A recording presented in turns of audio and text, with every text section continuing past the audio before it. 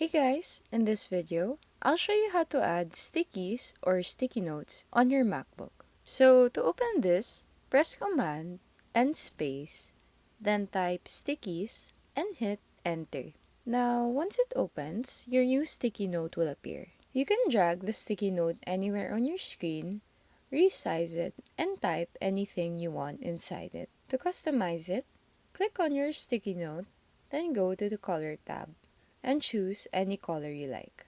You can even adjust the font by going to Font, clicking on Show Fonts to change the style of your text and the size as well.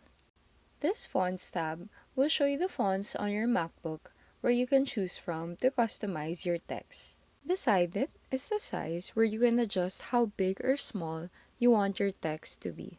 Now, this is perfect for reminders, to-do lists, or even quick notes while working. If you want to add a new sticky note, just go to the top menu and click File, then press New Note. You can create as many as you want and organize them on your screen. And that's it. Hope this helped you. Don't forget to like and subscribe for more quick tutorials.